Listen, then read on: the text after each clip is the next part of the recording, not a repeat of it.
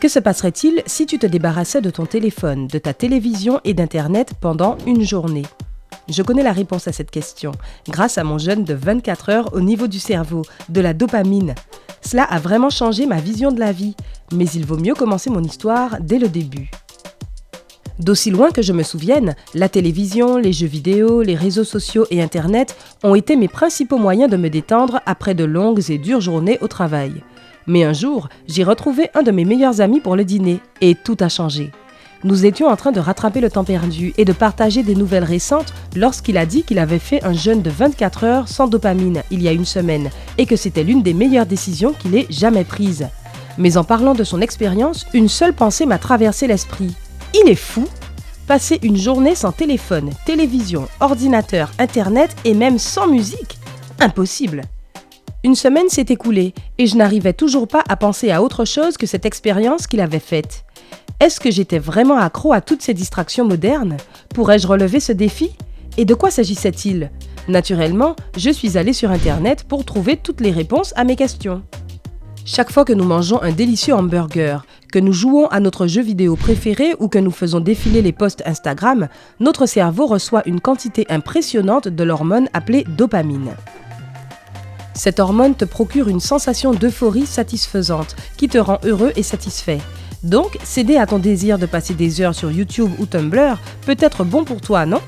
Pas si vite. Lorsque ton cerveau reçoit la première dose de dopamine, il en veut plus et t'encourage à répéter cette activité encore et encore. Par conséquent, tu deviens accro à tout ce qui te donne de la dopamine au cerveau, ce qui rend la vie plus difficile dans le monde réel. Pour améliorer ta santé mentale et aider ton cerveau à faire une petite pause, les spécialistes te suggèrent de faire un jeûne de 24 heures de dopamine au moins une fois tous les 3 mois. Tout ce que tu as à faire, c'est de suivre quelques règles très strictes. Règle numéro 1. Pas de gadgets électroniques. Cela signifie que ton ordinateur, ta PlayStation, ta télévision ou tout autre appareil doivent être éteints pendant une journée. La seule chose que tu peux laisser allumer, c'est ton téléphone, mais ne triche pas. Assure-toi de désactiver toutes les notifications des réseaux sociaux et d'utiliser ton téléphone uniquement en cas d'urgence. N'oublie pas que l'utiliser pour autre chose que les appels urgents efface complètement tous les progrès que tu as faits pendant la journée. Règle numéro 2, pas de livres, de journaux ou de magazines. Même s'ils peuvent être éducatifs, ils sont quand même une grande distraction pour ton cerveau. Règle numéro 3, pas d'internet. Essaie plutôt de vivre ici et maintenant. Règle numéro 4, pas de musique. Concentre-toi sur tes pensées plutôt que de les éviter. Règle numéro 5, pas de malbouffe. Ton corps aussi mérite d'être bien traité. Je ne vais pas te mentir, toutes ces règles me semblaient impossibles à respecter. Mais je voulais tester ma volonté et voir ce que ça ferait de vivre une journée comme ça.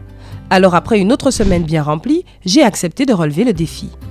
Ce jour-là, je me suis réveillée à 9h du matin et j'ai décidé de commencer par une petite séance de sport. Rien de sérieux, juste 2 de mes poses de yoga préférées pour réveiller mon corps et le réchauffer un peu. Ensuite, j'ai pris une douche rapide et une tasse de thé, puisque mon café préféré est interdit. Dès la fin de mon rituel matinal, je n'avais aucune idée de ce que je devais faire. À ce moment-là, j'étais généralement déjà devant ma télé où j'essayais de passer un autre niveau difficile dans le jeu vidéo auquel je joue. Mais ce jour-là, j'avais beaucoup de temps et pas une seule bonne idée sur la façon de le passer. J'ai décidé de prendre l'air et de me vider la tête. Peut-être que ça m'aiderait à trouver un bon plan pour le reste de ma journée sans dopamine.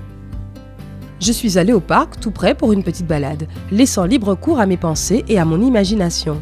Au début, toutes mes pensées tournaient autour de ce que je ne pouvais pas avoir, comme à quel point ce serait cool d'avoir mes écouteurs allumés maintenant ou de vérifier mon Twitter car j'avais probablement plein de messages et de retweets. Mais j'ai commencé à penser à ma vie et à mon travail. Il est important de mentionner que j'avais un projet en cours pendant cette période qui était compliqué et qui semblait sans issue. Je savais ce que je voulais faire, mais je ne savais pas comment. Il s'est avéré que tout ce que j'avais à faire pour comprendre, c'était de marcher dans le parc pendant 1 heure. En rentrant chez moi, j'avais une idée claire de la façon de réaliser ce projet. Cette petite victoire m'a tellement inspirée que quand j'en ai fini avec le travail, j'ai commencé à analyser ma vie. Étais-je heureuse? Que pouvais-je améliorer pour rendre ma vie plus productive et plus amusante? Est-ce que j'allais dans la bonne direction? J'ai pris un morceau de papier et j'ai noté 2 longues listes, des choses dont je suis reconnaissante et des choses que je ne supporte pas dans ma vie quotidienne. Cette pratique m'a ouvert les yeux sur des problèmes que je n'avais jamais remarqués auparavant, simplement parce que j'étais trop occupée à me distraire, au lieu de chercher des réponses dans mon cœur. Une fois ma liste de choses que je déteste terminée, j'ai commencé à réfléchir aux changements que je devais apporter pour les retirer de ma vie. Pour être honnête, la rédaction de ces listes m'a soulagée. Pour la première fois depuis des années, j'avais une vision claire de mon avenir. La révélation suivante pour moi a été la méditation. Je fais souvent des respirations simples pour calmer mon cerveau, mais la méditation n'était pas nécessaire ce jour-là. Mon esprit était déjà calme et concentré. Si tu médites quotidiennement aussi, tu sais que pendant les 2 premières minutes, notre esprit nous bombarde de pensées différentes et que cela peut prendre un certain temps pour trouver son calme et silence. Mais lors de mon jeûne de dopamine, cet état est venu facilement et j'en ai profité au maximum. Le reste de ma journée s'est bien passé aussi. J'avais l'impression d'être en vacances émotionnelles, de me réinitialiser et de reprendre des forces. Étonnamment, je n'ai pas ressenti l'envie d'allumer ma télé ou de vérifier mon téléphone. Je ne voulais pas effrayer ce sentiment soudain d'harmonie totale.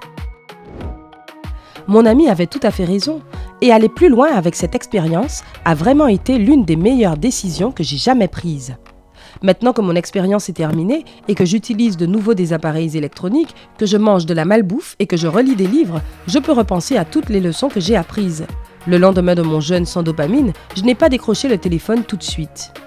J'ai apprécié chaque minute de ma routine matinale et ce n'est qu'ensuite que j'ai rapidement vérifié mon Instagram, Facebook et Twitter. Les réseaux sociaux et autres distractions n'avaient plus d'influence sur moi. Maintenant, c'est un bonus amusant et non la principale chose autour de laquelle ma vie tourne. J'ai commencé à accorder beaucoup plus d'importance à mon temps aussi.